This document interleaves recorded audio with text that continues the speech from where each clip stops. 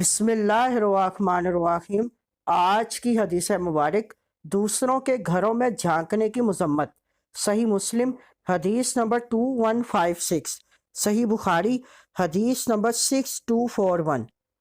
حضرت سہل بن سعد انصاری رضی اللہ تعالیٰ عنہ نے فرمایا، ایک شخص نے سوراخ سے سیدنا رسول اللہ صلی اللہ علیہ وآلہ وسلم کے دروازے میں جھانکا اور حضور صلی اللہ علیہ وآلہ وسلم کے پاس سلائی تھی جس سے آپ اپنے سر مبارک میں پھر رہے تھے۔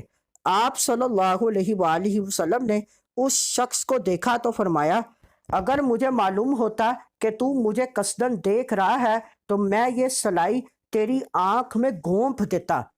آپ صلی اللہ علیہ وآلہ وسلم نے یہ بھی فرمایا، یعنی کسی کے گھر میں داخل ہونے سے پہلے اجازت طلب کرنے کا حکم نگاہ کی حفاظت کے لیے ہی دیا گیا ہے۔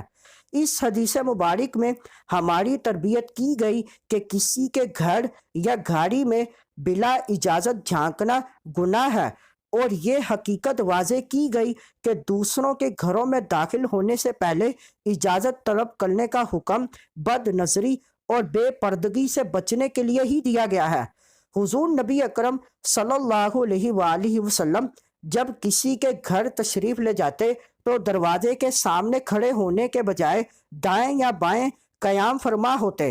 ارشاد نبوی میں آنکھ پھوڑنے کا ذکر زجر و توبیح یعنی ڈانٹ ڈپٹ کے لیے ہے، لہذا اس جرم کی وجہ سے کسی کی آنکھ نکالنا جائز نہیں۔